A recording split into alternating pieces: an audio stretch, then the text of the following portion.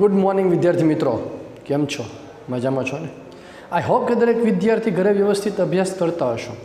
Chemical kinetic એટલે કે physical કેમિસ્ટ્રીનું ચેપ્ટર નંબર 4 કેમિકલ કાઇનેટિક આપણે બહુ સફળતાપૂર્વક બહુ સારી રીતે પૂરું કર્યા પછી આજે છે આપણે આગળ વાત કરવાની છે તમારા ઇનઓર્ગેનિક કેમિસ્ટ્રી તરફ આપણે આગળ વધીએ છીએ. ઇનઓર્ગેનિક કેમિસ્ટ્રીનું સ્ટાન્ડર્ડ 12નું one of the most important chapter, એ ચેપ્ટર જે છે આપણું ચેપ્ટર નંબર 9 સવર્ગ સહસંયોજનો. એટલે ટાઇટલ આપણે આપશું ચેપ્ટર નંબર 9 સવર્ગ સંયોજનો.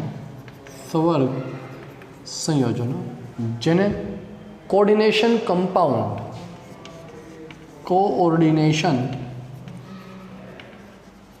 કમ્પાઉન્ડ તરીકે ઓળખવામાં આવે છે. કોઓર્ડિનેશન કમ્પાઉન્ડ સવર્ગ સંયોજનો ચેપ્ટરની વાત કરીએ. ચેપ્ટરની જો મિત્રો અગત્યતા આપણે સમજીએ તો ચેપ્ટર છે એ ટોટલી થિયોરિટિકલ ચેપ્ટર છે, પણ સમજણવાળું થિયોરિટિકલ. જનરલી થિયોરિટિકલ ચેપ્ટર એવા હોય કે જેમાં બહુ લોજિક ના હોય, એને તમારે ગોખવા પડે એવી ભાષામાં આપણે કહીએ, પણ આમાં એવું નથી. આ બહુ સમજણવાળું બહુ સરસ મજાનું ચેપ્ટર છે, લોજિકલી ચેપ્ટર છે. બોર્ડની પરીક્ષા જે છે, બોર્ડની પરીક્ષામાં 7 કે 9 માર્ક્સનું જૂના સિલેબસ પ્રમાણે ચેપ્ટર હતું. હવે નવા પેટર્ન પ્રમાણે જે છે શું આવે છે એ આપણે પછીની વાત કરીએ છીએ. વધતા ગુજરાત બોર્ડના જે 30% સિલેબસ કટ થયો છે, એમાંથી આ ચેપ્ટરમાંથી કેટલી વસ્તુઓ કટ થઈ છે એ બધી બાબત આપણે ભણવાની તો છે જ બેટા, પણ હું જ્યારે ભણાવીશ ત્યારે તમને હું કહી દઈશ કે ગુજરાત બોર્ડમાંથી કટ થયેલો ટૉપિક છે. ક્લિયર છે? એટલે જેથી કરીને જે વિદ્યાર્થીઓ એ માત્ર ગુજરાત બોર્ડને જ ફોકસ કરીને તૈયારી કરે છે એને આના પર પ્રેફરન્સ દેવાની જરૂર ન પડે. પણ જેડબલઈ નીટના વિદ્યાર્થીઓ માટે કોઈ જ વસ્તુ કટ થયેલી નથી. જેડબલઈ નીટના વિદ્યાર્થીઓ માટે આ ચેપ્ટર તો બહુ અગત્યનું ચેપ્ટર છે, કારણ કે અમુક કોન્સેપ્ટ જે છે, અમુક ટૉપિક આમાંથી ફિક્સ છે કે આ ચેપ્ટરમાંથી આ ટૉપિકના જ પ્રશ્નો આવે જ છે. એમાંથી આ ચેપ્ટરમાં અમુક એવા ટૉપિક છે જે ફિક્સ છે બેટા, એટલે એમાં પણ આપણે બહુ ડીપલી અભ્યાસ કરવાનો છે. બરાબર? ચાલો ચેપ્ટરની આપણે શરૂઆત કરવાની છે. પહેલાં તો સવર્ગ સંયોજનો કોને તરીકે ઓળખવામાં આવે છે, કોઓર્ડિનેશન કમ્પાઉન્ડ કોને કહેવામાં આવે છે. બરાબર? આમ તો સવર્ગ સંયોજનો વિશે તમને સૌપ્રથમ પરિચિત છે એ ધોરણ 11માં ચેપ્ટર નંબર 4માં પણ થયેલો હશે. ચેપ્ટર નંબર 8 રેડોક્સમાં તમે ઓક્સિડેશન આંક જે શોધો છો એમાં બ્રેકેટવાળા જે બેટા સંયોજનો છે, બ્રેકેટવાળા સંયોજનો, સપોઝ કે KMnO4, તો આપણે KMnO4ને આ રીતે દર્શાવીએ છીએ. તો આ જે બ્રેકેટવાળા સંયોજનો છે એ બધા સંયોજનોને સવર્ગ સંયોજનો તરીકે ઓળખવામાં આવે છે. આની આપણે વાત કરવાની છે. તો વ્યાખ્યાયિત જો મારે કરવું હોય તો શું કેવી રીતે કરી શકાય? તો કે ભાઈ સંક્રાંતિ ધાતુઓ સાથે, સંક્રાંતિ ધાતુઓ સાથે ઘણા બધા ઋણાયનો તથા તટસ્થ અણુઓ એ ઇલેક્ટ્રોનની ભાગીદારી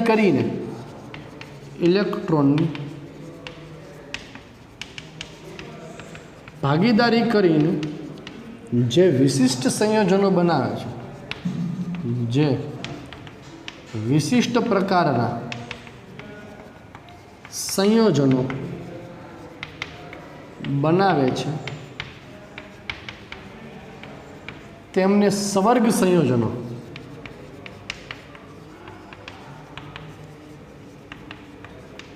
કહેવાય છે. વ્યાખ્યામાં એક બહુ સરસ મજાનું આપી દીધું છે કે સંક્રાંતિ ધાતુઓ જ આ પ્રકારના ગુણધર્મ ધરાવે છે. આ બહુ અગત્યની વસ્તુ છે. સંક્રાંતિ ધાતુઓ જે છે, સંક્રાંતિ ધાતુઓ એ કોઈ ઋણાયન Cl છે, FCl-, F-, Br-, NO3- અથવા તો તટસ્થ અણુઓ એમોનિયા છે, H2O છે, એમની સાથે જોડાઈને ઇલેક્ટ્રોનની ભાગીદારી શબ્દ વાપરેલો છે. અને શબ્દ જે છે તમે આ જોઈ શકો છો કે સવર્ગ છે, એટલે બંધ આમાં સવર્ગ સંયોજક બંધ આવશે, કારણ કે ધાતુ પોતાની પાસે તો કોઈ ઇલેક્ટ્રોન હશે નહીં. બરાબર છે? એટલે જેની સાથે પણ જોડાય છે એ ઋણાયન હોય કે તટસ્થ અણુઓ એ ઇલેક્ટ્રોનની શેરિંગ કરશે, એટલે સવર્ગ સંયોજનો, સવર્ગ સહસંયોજક બંધ બનાવશે અહીંયા. અને જે સંયોજનો બને છે વિશિષ્ટ પ્રકારના, તેમને સવર્ગ સંયોજનો તરીકે ઓળખવામાં આવે છે. આ સવર્ગ સંયોજનો આ સવર્ગ સહસંયોજક, તો સવર્ગ સંયોજનો ખાલી સંયોજનો એ જૈવિક અગત્યતા ધરાવે છે. દાખલા તરીકે હિમોગ્લોબિન, ક્લોરોફિલ,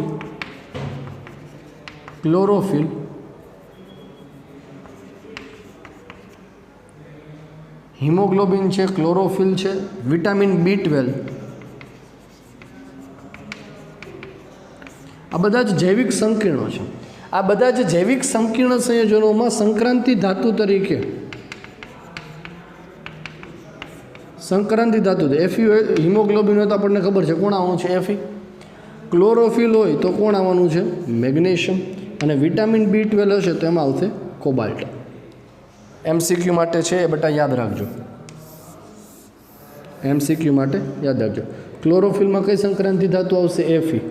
તો હિમોગ્લોબિનમાં કઈ સંક્રાંતિ ધાતુ આવશે Fe. ક્લોરોફિલમાં કઈ આવશે Mg. વિટામિન B12માં કઈ સંક્રાંતિ ધાતુ આવશે કોબાલ્ટ સંક્રાંતિ ધાતુ આવશે. આ ઉપરાંત આ સંકીર્ણ સંયોજનો જે છે એ સંકીર્ણ સંયોજનો બીજી ધાતુ કર્મવિધિમાં એટલે શું? મેટલર્જી, એટલે કે તમારે જમીનમાંથી તો પૃથ્વીના પોપડામાંથી ધાતુઓનું જે નિષ્કર્ષણ કરવાની પદ્ધતિ છે. દાખલા તરીકે તમે ધોરણ 11માં શીખેલા છો કે ભાઈ બોક્સાઇટ, ધોરણ 10માં બોક્સાઇટમાંથી એલ્યુમિનિયમ મેળવવાની હોલ એરાઉન્ડ પદ્ધતિ, તો એ ધાતુ કર્મવિધિ કહેવાય. તો આ જુદી જુદી ધાતુ કર્મવિધિમાં સંકીર્ણ સંયોજનો છે અગત્યનો પાર્ટ ભજવે છે. આપણે ચેપ્ટર નંબર 6 છે એ ચેપ્ટર નંબર 6માં આના વિશે ડિટેલમાં અભ્યાસ કરશું. ત્યાં તમને છે આવા સંકીર્ણ સંયોજનો વિશે પરિચિત થશો. ત્યાર પછી રંગો બનાવવા માટે, રંગોના ઉત્પાદનમાં, ઔષધોની બનાવટમાં,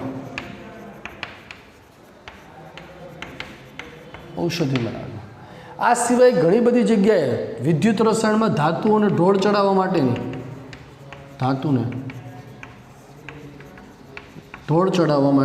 ઇલેક્ટ્રોપ્લેટિંગ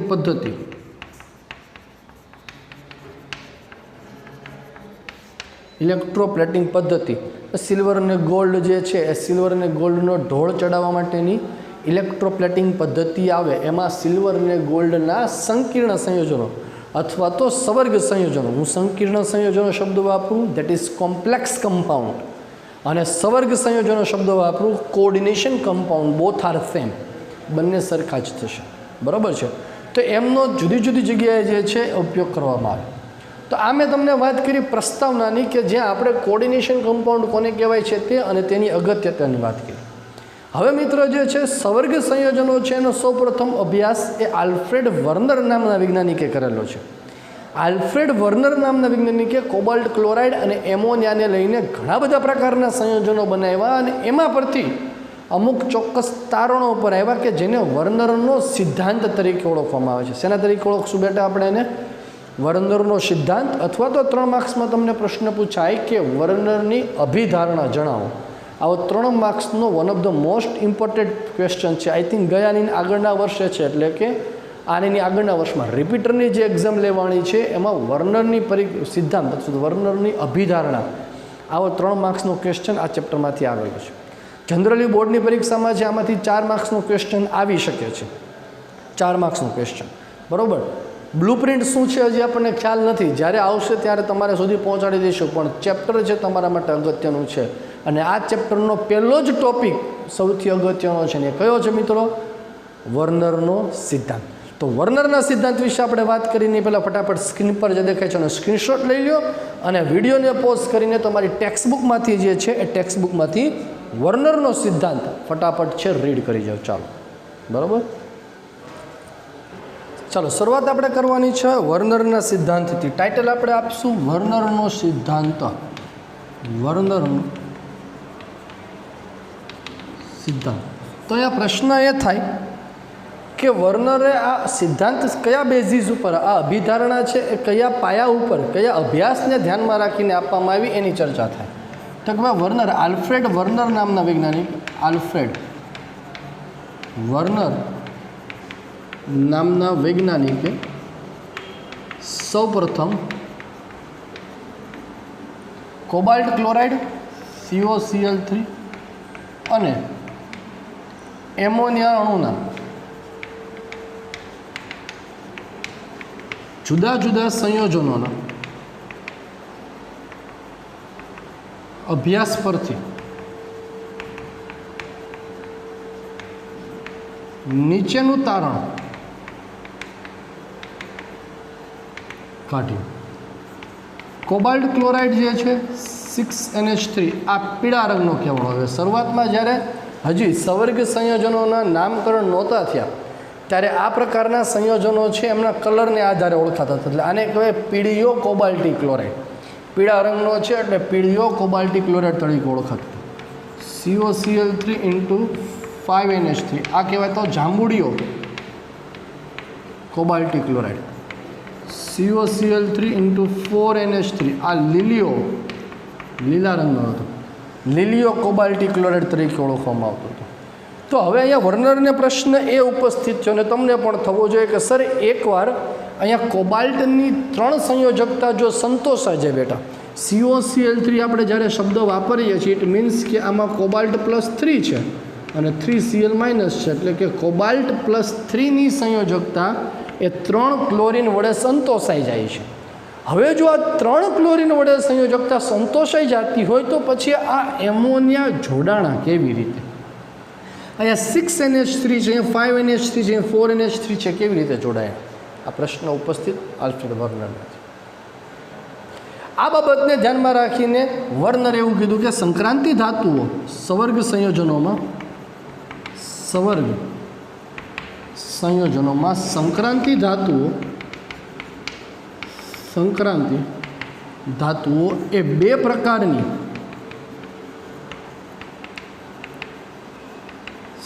સંયોજકતા ધરાવે છે. પહેલું છે પ્રાથમિક સંયોજકતા,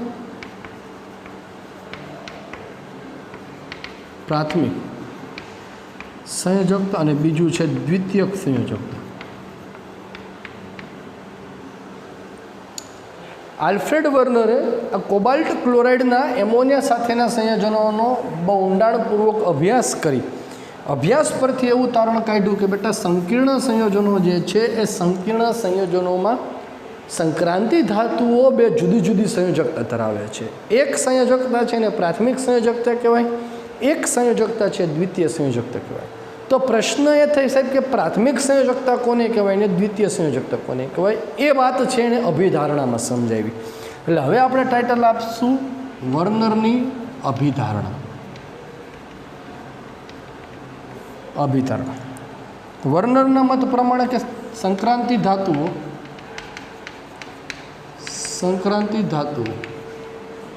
એ 2 સંયોજકતા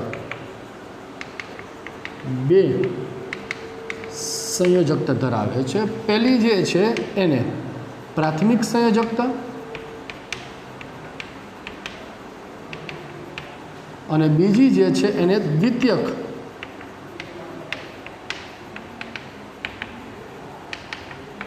સંયોજકતા કહેવાય. સંક્રાંતિ ધાતુઓ એ 2 પ્રકારની સંયોજકતા ધરાવે છે. એક છે પ્રાથમિક સંયોજકતા, એક છે દ્વિતીય સંયોજકતા. કોને પ્રાથમિક અને કોને દ્વિતીયક કહેવાય એ આપણે સમજવાનું છે કે ભાઈ પ્રાથમિક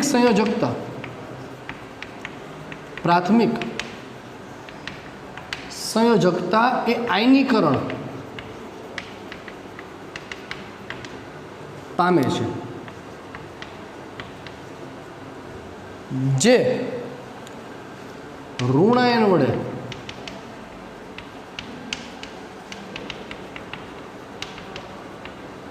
સંતોષાય છે.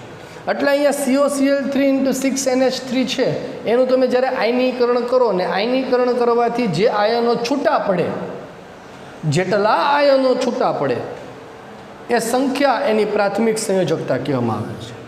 એ સંખ્યા એટલે એની પ્રાથમિક સંયોજકતા. તો તમને અહીંયા ઉદાહરણ પરથી જોવા મળે સાહેબ અહીંયા COCl3 ત્રણેય ક્લોરીન છૂટા જ પડવાના છે તો એ ન કહેવાય? ના બેટા, એ ન કહી શકાય.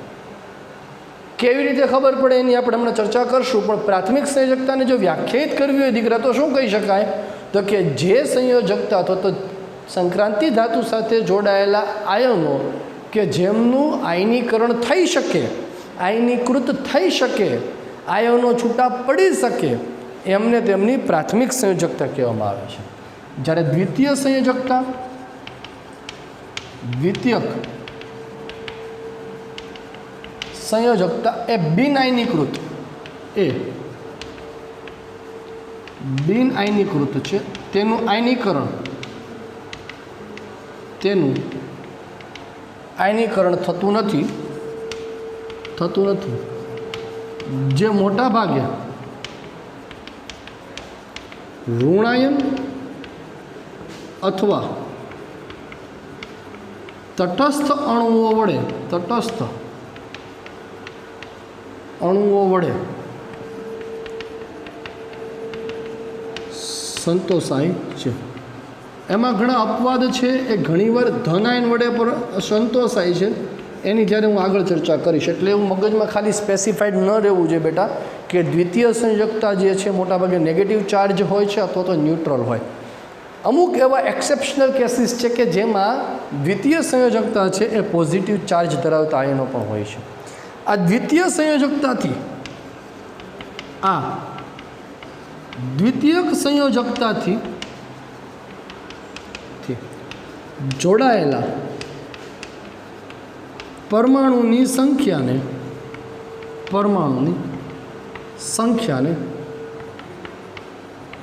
તે સંક્રાંતિ ધાતુનો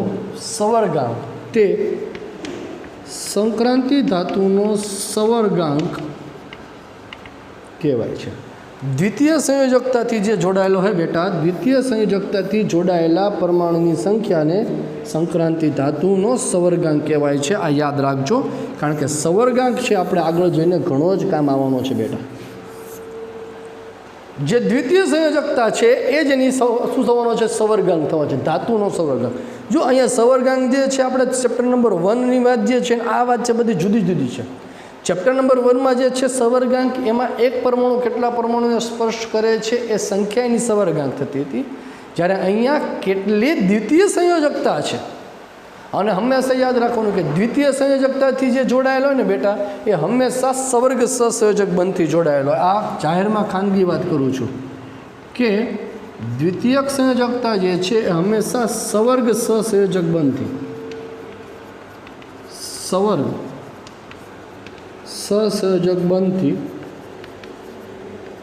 જોડાય છે. જ્યારે પ્રાથમિક સંયોજકતા એ હંમેશા આયનીય બંધથી જોડાય. પ્રાથમિક સંયોજકતા છે એટલે આયનીય બંધ હોય, એનું જળ વિભાજન થઈ શકે, આયનો છૂટા પડી શકે. સપોઝ કે NaCl છે ને તમે પાણીમાં નાખો છો, Na+Cl- છૂટા પડે છે. પણ હવે ધારો કે સહસંયોજક બંધથી જોડાયેલા હોય, દાખલા તરીકે ગ્લુકોઝ છે ને તમે પાણીમાં નાખો તો એમાં કંઈ કાર્બન, હાઇડ્રોજન, ઓક્સિજન છૂટા પડે છે? નહીં. કેમ? તો કે એ સહસંયોજક બંધથી જોડાયેલા છે. અહીંયા સવર્ગ સહસંયોજક બંધ છે. એટલે સવર્ગ સહસંયોજક બંધથી જે જોડાયેલા છે એ દ્વિતીય સંયોજકતા કહેવાય, કે જેનું આયનીકરણ થઈ શકતું નથી. જે મોટાભાગે ઋણાયન અથવા તો તટસ્થ અણુઓ તરીકે પણ હોય છે. ને આ જેટલા પરમાણુઓ એ દ્વિતીય સંયોજકતાથી જોડાયેલા હોય તે સંખ્યાને તે ધાતુનો સવર્ગાંક કહેવામાં આવે છે. અને આ સવર્ગાંક જે છે એ હંમેશા ધાતુઓ માટે લગભગ નિશ્ચિત જ હોય છે. બરાબર છે. ત્યાર પછીનું સ્ટેપ, આયનો અથવા તો સમૂહો એ સંક્રાંતિ ધાતુઓ સાથે અવકાશમાં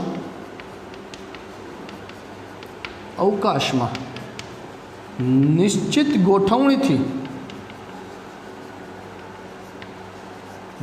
ગોઠવણીથી અથવા તો નિશ્ચિત ભૂમિતિથી ગોઠવાય છે, જેને આધુનિક સૂત્રીકરણમાં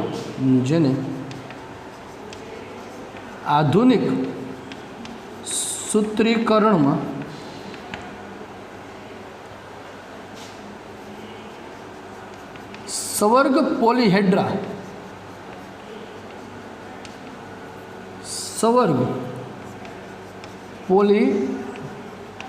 કહેવાય છે. દાખલા તરીકે અષ્ટફલકીય CONH3 6Cl3. તો तो आमा आ जे 6 एमोनियाना अणुओ छे ए कोबाल्ट साथे अष्टफलकीय रीते गोठवायेलो है बेटा। चतुष्फलकीय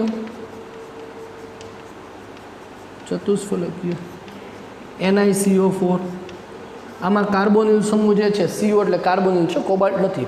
આમાં કાર્બોનિલના 4 પરમાણુ નિકલ સાથે ચતુષ્ફલકીય રીતે ગોઠવાયેલો હોય। તો આજે એક નિશ્ચિત ગોઠવણી બેટા જોવા મળે એને સવર્ગ પોલીહેડ્રા તરીકે ઓળખવામાં આવે છે। શેના તરીકે ઓળખવામાં આવે છે? સવર્ગ પોલીહેડ્રા। જો બેટા ધ્યાન રાખજો કે આ જે બ્રેકેટવાળો પાર્ટ છે, આ બ્રેકેટવાળો પાર્ટ જો આ એને સવર્ગ વર્તુળ તરીકે ઓળખવામાં આવે છે। શેના તરીકે ઓળખીએ છીએ આપણે? સવર્ગ વર્તુળ। અને જે ક્લોરીન કે જે અહીંયા સવર્ગ વર્તુળની બહાર છે એને કાઉન્ટર આયનો, પ્રતિ આયન કહેવાય છે। આ સંકીર્ણ સંયોજનો સવર્ગ સંયોજનો થયા કે જેમાં બ્રેકેટની અંદર જે છે સંક્રાંતિ ધાતુ સાથે 6 એમોનિયાના અણુ જોડાયેલા છે એ સવર્ગ સહસંયોજક બંધથી જોડાયેલા હોય એટલે અહીંયા સવર્ગ વર્તુળની અંદર સંક્રાંતિ ધાતુ સાથે જે જોડાય છે એ દ્વિતીય સંયોજકતાથી જોડાશે। શેનાથી જોડાશે? દ્વિતીય સંયોજકતાથી। અને જે બહારની બાજુ જોડાયેલા છે કે જેને પ્રતિ આયનો તરીકે ઓળખવામાં આવે છે, કાઉન્ટર આયન તરીકે ઓળખવામાં આવે છે, જેને કાઉન્ટર આયન તરીકે ઓળખેલા છે એ હંમેશા પ્રાથમિક સંયોજકતાથી જોડાયેલા છે એટલે એમને આયનીય બંધથી જોડાયેલા છે એવું થયું। ઇટ મીન્સ કે બેટા તમે જ્યારે આનું જળ વિભાજન કરો છો, આ જે તમને CONH36Cl3 દેખાય છે દીકરા, એને તમે જ્યારે પાણીમાં નાખો છો ત્યારે આયનો જે છૂટા પડે છે, કેટલા આયનો છૂટા પડશે? તો કે જે બ્રેકેટવાળો પાર્ટ છે એ એક આખો એટલે 1:3 પ્રમાણ થયું કહેવાય। એક ધન આયન, 3 ઋણ આયન। કાઉન્ટર આયનો જે બેટા છે પ્રતિ આયનો એ છૂટા પડશે અને એક સવર્ગ વર્તુળવાળો પાર્ટ આખો છૂટો પડશે। તમને જો યાદ હોય તો તમે બીજા ચેપ્ટરમાં દ્રાવણોમાં K4 એફિસિયન્સી ઉદાહરણમાં છૂટા પડતા આયનોમાં 5 અણુઓ લીધા હતા કે નહીં? ત્યારે તમને એવું કીધેલું છે કે આ સવર્ગ વર્તુળવાળો પાર્ટ છે એને એક આખો આયન તરીકે લેવો, જળ વિભાજન તમે બરાબર છે। તો હવે પ્રશ્ન એ ઉપસ્થિત થાય કે સાહેબ આ ખબર કેવી રીતે પડશે અમને કે અહીંયા કેટલા આયનો છૂટા પડેલા હશે, એટલે કે પ્રતિ આયનો કેટલા હશે ને અંદર કેટલા આયનો હશે, એ ખબર કેવી રીતે પડશે? તો આલ્ફ્રેડ વર્નર જે છે એ આલ્ફ્રેડ વર્નરે આ કોબાલ્ટ ક્લોરાઇડની એમોનિયાના અણુઓ સાથે પ્રક્રિયાથી જે સંયોજનો મળ્યા એ સંયોજનોની ઠંડા સિલ્વર નાઇટ્રેટ સાથે પ્રક્રિયા કરતાં સિલ્વર ક્લોરાઇડ અવક્ષેપિત થયું। કેટલા મોલ અવક્ષેપિત થાય છે એને આધારે ખબર પડશે, પણ એની જો આપણે વાત કરીએ એની પહેલાં સ્ક્રીન પર જે દેખાય છે બેટા ફટાફટ એનો સ્ક્રીનશોટ લ્યો। જો તમને જ્યારે પરીક્ષામાં પ્રશ્ન 3 માર્ક્સનો પૂછાય કે વર્નરનો સિદ્ધાંત અથવા તો વર્નરની અભિધારણાઓ સમજાવો તો બેટા તમારે આટલું લખવાનું થશે, ધેટ ઇઝ ધ પ્રસ્તાવના અને આ જે છે અભિધારણા, પહેલી, બીજી, ત્રીજી અને ચોથી, આ બધી જ વસ્તુ આમાં ઇન્ક્લુડ કરવી। આ ન લખો તો ચાલશે પણ આ બાકી બધી વાતો લખવી, બરાબર છે? આ જ રીતે તૈયાર કરજો, આ જ શબ્દથી તૈયાર કરજો, પરીક્ષામાં કોઈ ખોટું નહીં પાડી શકે તમને। ક્લિયર છે? ચાલો દીકરા ફટાફટ સ્ક્રીનશોટ લો એટલે હું તમને નેક્સ્ટ આગળ જે છે બીજા મુદ્દા ઉપર એની તમને લઈ જાઉં, ચર્ચા કરું છું, બરાબર? તો મેં તમને વાત કરી એ પ્રમાણે કે સર અહીંયા એક વાત તમારા મગજમાં ક્લિયર થઈ જવી જોઈએ દીકરા કે જે કાઉન્ટર આયનો એટલે કે જે પ્રતિ આયનો છે એ સંક્રાંતિ ધાતુ સાથે આયનીય બંધથી જોડાશે, જ્યારે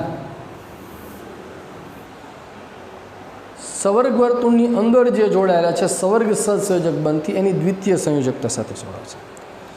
cobalt chloride, chromium chloride, PDCl2 જેવા સંક્રાંતિ ધાતુના સંયોજનોની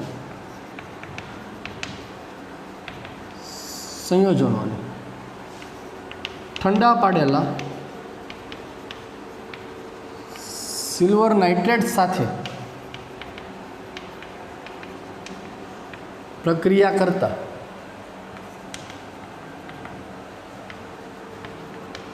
છૂટા પડતા સિલ્વર ક્લોરાઇડની સંખ્યાને આધારે પ્રતિ આયનો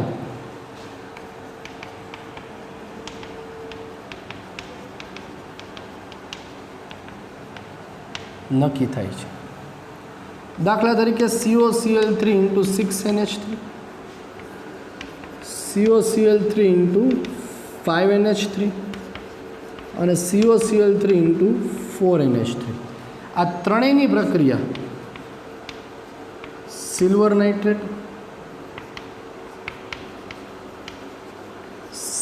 નાઇટ્રેટ સાથે તમે જ્યારે કરો ત્યારે આમાંથી 3 મોલ AgCl ઉત્પન્ન થાય છે, આમાંથી 2 મોલ AgCl ઉત્પન્ન થાય છે, આમાંથી 1 મોલ AgCl ઉત્પન્ન થાય છે. જેટલા મોલ AgCl છૂટા પડતા હશે એટલા ક્લોરાઇડ આમાં શેના તરીકે ગોઠવાયેલા છે બેટા? તો કે એમાં કાઉન્ટર આયન તરીકે ગોઠવાયેલા હશે. શું આપણે યાદ રાખવાનું છે કે જેટલા મોલ AgCl અથવા તો ખાલી Cl- આયન છૂટા પડે તેટલા Cl આયનો પ્રતિ આયન તરીકે જોડાયેલા હોય છે.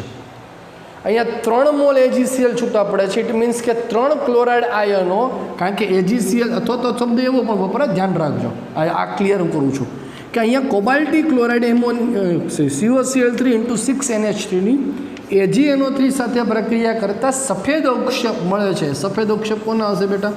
સિલ્વર ક્લોરાઇડમાં. ઘણીવાર જગ્યાએ શબ્દ એવો પણ વાપરો કે નથી મળતા સાવ. તેનો અર્થ એવો થયો કે અહીંયા ક્લોરીન જે છે એ સંવર્ગ વર્તુળની અંદર હોવો જોઈએ, બહાર હોવો જોઈએ નહીં.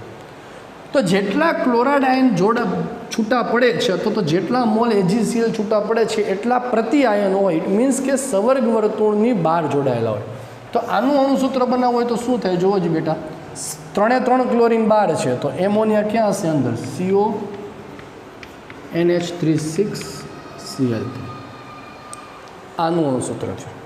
આનું અણુસૂત્ર તમે બનાવો કે આમાં કેટલા AgCl બહાર છે? તો કે આમાં 2 AgCl બહાર આવે છે. તો 2 AgCl જો બેટા બહાર હોય તો અંદર કેટલો Cl હશે? 1 હશે.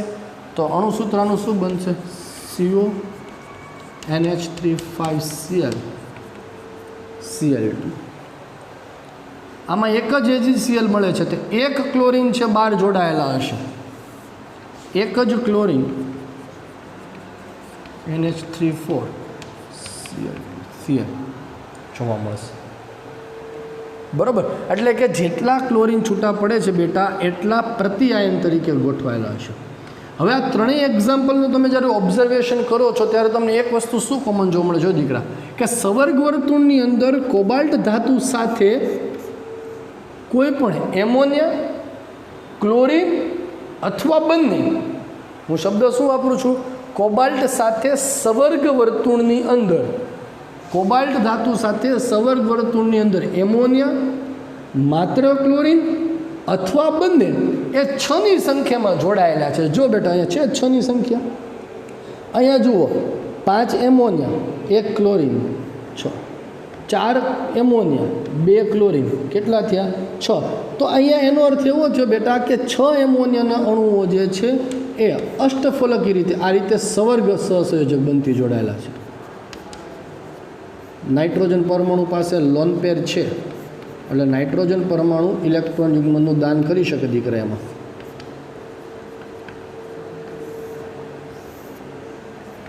Cl3. તો જુઓ જે કેટલા સંવર્ગ સહસંયોજક બન્યા છે અહીંયા? તો કે અહીંયા 6 સંવર્ગ સહસંયોજક બન્યા છે. તો એની દ્વિતીય સંયોજકતા કેટલી થઈ કહેવાય દીકરા? CONH3,6Cl3માં કોબાલ્ટની દ્વિતીય સંયોજકતા કેટલી થાય? તો કે 6. પ્રાથમિક સંયોજકતા કેટલી થાય? તો કે 3. તમને પરીક્ષામાં પ્રશ્ન પૂછાશે, MCQમાં પ્રશ્ન પૂછાશે બેટા કે પ્રાથમિક સંયોજકતા અને દ્વિતીય સંયોજકતાને ઓળખો. કેવી રીતે ઓળખવું એ તમને આના પરથી ખબર પડશે. એ હું તમને આગળ હજી નેક્સ્ટ વિડીયો લેક્ચરમાં શીખવાડીશ ડિટેલમાં. પણ આ તો અહીંયા જનરલ મેં વાત કરી કે અહીંયા 6 એમોનિયાના અણુ છે એ 6 સંવર્ગ સહસંયોજક બનથી અષ્ટફલકીય, આ અષ્ટફલકીય રીતે ગોઠવાયેલો છે. અષ્ટફલકીય રીતે છે ગોઠવાયેલો જોવા મળે છે. એટલે 6ની સંખ્યા, જો અંદર પણ 6ની સંખ્યા છે, અંદર પણ 6ની સંખ્યા, તો તો જનરલી જે છે એ સંક્રાંતિ ધાતુઓના સવર્ગાંક 4 અથવા 6 બે જ હોય. ઓલમોસ્ટ મોટાભાગના આપણે આ ચેપ્ટરમાં 4 અથવા 6ના જ કેસ જોવાના, બીજા કોઈ કેસ જોવાના નથી. ક્લિયર છે દરેક વિદ્યાર્થી? તો આ રીતે જે છે તમે અહીંયા આના અણુસૂત્ર છે જોઈ શકો છો. તમે જુઓ તો તમને પાછળ ટેક્સ્ટ બુકમાં સ્વાધ્યાયમાં છે, ઉદાહરણમાં એક્ઝામ્પલ આપેલું છે કે ભાઈ જલીય દ્રાવણોમાં અવલોકનને આધારે ધાતુની દ્વિતીય સંયોજકતા સૂચવો, એવું તમને કીધું બેટા. છૂટા પડતા આયન, ચલો ફટાફટ સ્ક્રીન પર જે દેખાય છે એનો સ્ક્રીનશોટ લઈ લો. બરાબર, ચાલો શું કીધું છે જુઓ. તમને પેજ નંબર 246માં કોયડા નંબર 9.1 જુઓ. ચાલો 246માં કોયડા નંબર 9.1 તમને એવું કીધું છે કે અવલોકનને આધારે ધાતુની દ્વિતીય સંયોજકતા સૂચવો. અણુસૂત્ર તમને આપેલા છે PdCl2 4NH3, NiCl2 6H2O, PtCl4 twice HCl, COCl3 4NH3, PtCl2 twice NH3. AgNO3 સાથેની પ્રક્રિયાથી ઉત્પન્ન થતા AgClના મોલ અહીંયા આપ્યા છે 2 2 0 1 0. તો તમને એવું કીધું છે કે દ્વિતીય સંયોજકતા સૂચવો. શું સૂચવવાની છે બેટા તમારે? દ્વિતીય સંયોજકતા સૂચવવાની છે તમારે. ચાલો, 2 ક્લોરીન જે છે એ 2 ક્લોરીન છૂટા પડી જાય બેટા. જેટલા ક્લોરીન છૂટા પડતા હોય એ ક્યાં હશે? 12. તો એમોનિયા ક્યાં હશે? અંદર. તો આનું અણુસૂત્ર આપણે સૂત્ર બનાવતા જાય સાથે સાથે. સૂત્ર શું બનશે બેટા? અહીંયા PD NH3 4Cl2. તો દ્વિતીય સંયોજકતાની કેટલી થવાની છે? દ્વિતીય સંયોજકતા 4 એમોનિયાના અણુ જોડાયેલા છે. સેમ વસ્તુ અહીંયા એવું થવાનું છે કે અહીંયા જે છે 2 ક્લોરીન 12 પડે છે. 2 ક્લોરીન જે NiCl2માં છે એ 12 પ્રતિઆયન તરીકે હશે. તો આનું અણુસૂત્ર શું બનવાનું છે? NiH2O6Cl2. દ્વિતીય સંયોજકતા કેટલી થઈ? 6 પાણીના અણુ છે અહીંયા જોડાયેલા જોવા મળે છે. આમાં તમને એવું કીધું છે કે એક પણ ક્લોરીન જે છે એ એક પણ ક્લોરીન તમારો બહાર જોવા મળતો નથી. બરાબર, તો એનો અર્થ શું છે? બધા ક્યાં હોવા જોઈએ? અંદર જશે. તો અણુસૂત્ર શું બને? આનું PtCl4 HCl twice. આ અણુસૂત્રનું બન્યું. તો અંદર જે છે કેટલા અણુ થયા? 4 ક્લોરીનના અને 2 HClના. તો સંયોજકતા કેટલી થઈ બેટા? એની 6 થઈ કહેવાય દ્વિતીય સંયોજકતા. ચાલો, ત્યાર પછી તમને કીધું છે COCl3 × 4H2O. 1 ક્લોરીન છે છૂટો પડે છે. કેટલા ક્લોરીન છૂટા પડે છે? 1. તો 1 ક્લોરીન બહાર હશે, બાકીના ક્યાં હશે? અંદર. CO NH3 4Cl2Cl. દ્વિતીય સંયોજકતા કેટલી થઈ? આની 6. સેમ વસ્તુ આમાં 0 આયન છૂટા પડે છે. કોઈ પણ AgClના અવક્ષેપ જોવા મળતા નથી.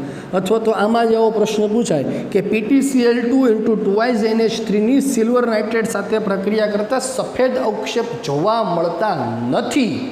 ઇટ મીન્સ કે એક પણ AgCl બનતા નથી. તો અણુસૂત્ર શું બનવાનું તમારું બેટા આમાં? તો કે PT NH3 twice Cl2. PT NH3 twice Cl2. કેટલા આયનો થાય? 2 ને 2 4. તો દ્વિતીય સંયોજકતા કેટલી થશે? એની 4 જોવા મળશે. તો આ પ્રકારના MCQ છે, તમને પરીક્ષામાં પૂછાઈ શકે છે, તમારે આવી શકે છે, તો તમને આવડવા જોઈએ. ક્લિયર છે દરેક વિદ્યાર્થીને? તો આ વાત જે છે આપણે કરી, એક્ઝામ્પલ તમારી ટેક્સ્ટ બુકમાં જે આપેલી છે એની વાત. આજનો વિડીયો લેક્ચર છે દીકરા એનું અહીંયા સુધી જ રાખું છું. નાનો વિડીયો લેક્ચર બનાવું છું, ચેપ્ટરની શરૂઆત છે એટલા માટે. કાલથી આપણે ફૂલ ફ્લેજમાં હજી લોંગ લેક્ચર સાથે આગળ વધવાની છે કે જેમાં આપણે સવર્ગ સંયોજનોનો અભ્યાસ કરતાં પહેલાં થોડીક પરિભાષાઓ વિશે પરિચિત થવું જરૂરી છે. અને એ પરિભાષાનો અભ્યાસ છે હવે આપણે કરવાનો છે. બરાબર છે? ચાલો, સ્ક્રીન પર જે દેખાય છે એનો સ્ક્રીનશોટ લઈ ટેક્સ્ટ બુકમાંથી વાંચી એનું હોમવર્ક કમ્પ્લીટ કરવું.